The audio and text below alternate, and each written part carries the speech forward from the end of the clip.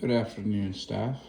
My name is Brian Ahumada, and today we are going to go over the BUSD Policy 5131.8 Implementation Plan, Consistent and Equitable Enforcement of Mobile and District Device Restrictions to Maintain a Focused and Safe Learning Environment.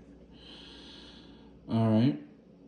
We first began in finding out that we all believe that our devices are free to use at any time, but according to many laws and new stipulations and policies and things going on in today's trend of technology and discipline for students, we are going to refer back to the Mahoney Area School District versus BL back in 2021.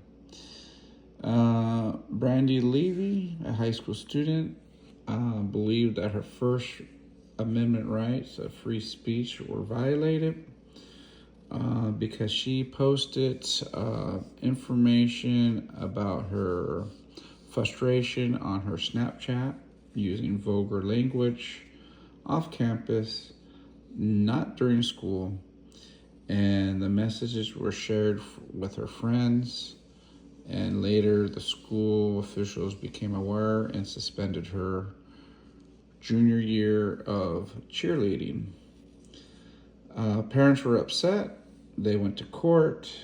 The court held the public schools I should say the public schools reaction was not efficient enough to see that it was punishable during school time because it was off of school campus, and she was just venting. So the school was held accountable, and that is the reason why we have to be cautious about what we are doing on our personal time and using technology and devices, especially if we're using devices that are ran by our district, that we are district owned, I should say. So it became a big old stepping stone of privacy for students, and her concerns were never related to she was bullying, because there are laws and cases about bullying and threats, but that's only during even if it was off of campus, it was brought onto campus later and became a big old fiasco and became disruptive during daily classes. That became a situation where it is a time to take step in disciplining students or staff.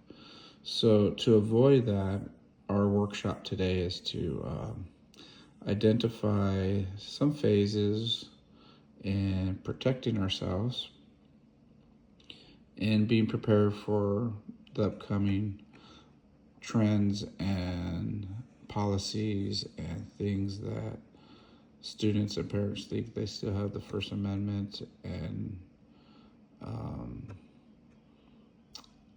we need to be aware and be cautious in what we do and discuss and post on our daily social media. So the first phase that we need to do is preparation.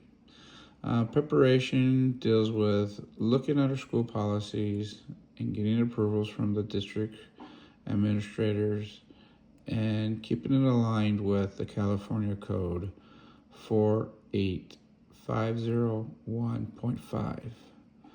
Once we have that, we need to continue to do staff training to be aware of the newest things and newest policies and keeping protocol and being fair across the board to students' safety and school climate. We need to have a communication plan that updates every year on our handbooks, websites, newsletters, and policy summaries for parents in the emergency notebook. We need to understand that and then have enough campus signia.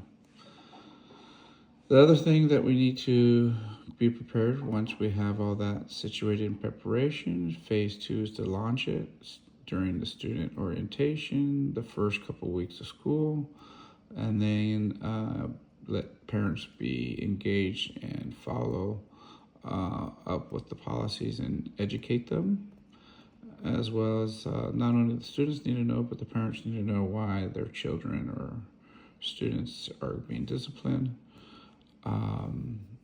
Once we get that integrated into our technology field, where the devices are noted every time they're logged in, and they're aware that every time they are expected to do something, they need to be cautioned and use technology citizenship, and being aware and producing things online and with district equipment.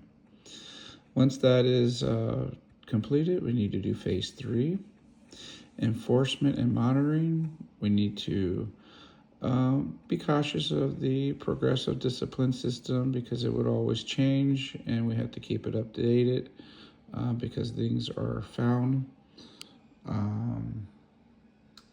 Pretty much it changes year to year depending on the school climate and student involvement that come in. So in this case right now we have violation 1, a warning. Violation 2 is parent conference, device held at the end of the day. And then the third violation, phones are taken away, parents need to come and retrieve it from the main office and do it during school hours, not making them come after school when it's easy to do. We need to make sure it's all like at the right time. For an example, if we make it too easy and convenient, they're gonna say, "Oh, it's okay. I just pick it up at the end of the day." But given a good conversation, phone call, they need to pick it up during it, makes it inconvenient. So then that inconvenience will actually get the students in trouble in the sense of parents hate to be inconvenienced, and then discipline will be taken care of at home, and students may learn the value of putting their phone away. The last thing is give these parents support and equity, review individual student needs, because sometimes it may be for medical reasons. We had an IEP and also I think a 4-5 plan recently that student needed to use the phone to calibrate and make changes to their diabetes, and they had a little device implanted in their arm to regulate that. So the last thing is phase 4, because every year is the new year. We want to do the evaluation of what happened over the years, have a group discussion, have survey feedback from staff, students, and parents, and making sure the policy had clarity. Review the data, review how many cases that we had and went with the common trend, and analyze the data. And at our school, we have floaters lists. We've learned that our floaters end up, I need to use the restroom. So they think they're smart and carry their phones and use the phone from the classroom to the bathroom, and then hang out in the bathroom, use the phone. And we've learned that we need to hold the classroom or hold the cell phone in the spa cell phone box that we have. So they don't think it's okay just to lollygag outside by the bathroom and be on the phone for 20 minutes and then come back to class at the end. Once that's done, we need to do policy revision and create new policies with the research that we have found, and create a new documentation where we could keep up to date to these students that have creativity and manipulating the policy so they don't get in trouble. And as staff members, I think it's important that we collaborate and see what those trends are, and see how we could get them more engaged and geared off the phones and more in the classroom. So please review the 4 phases that we have. It was a pleasure in giving you some insight of our phase 1, phase 2, phase 3, and phase 4.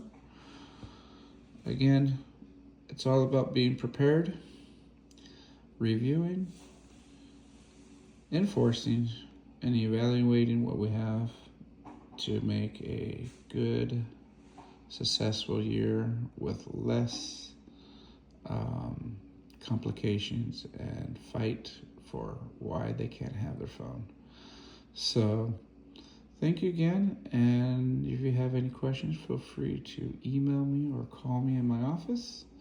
I'll be available to explain any more details about the situation of our policies and the references that we have about how to protect ourselves as staff and avoid any legal issues and incidents, and directing the parents to our school policy, like I said, the BUSC policy 5131.8, and protecting all of us and getting these kids to stay on track to graduate on time.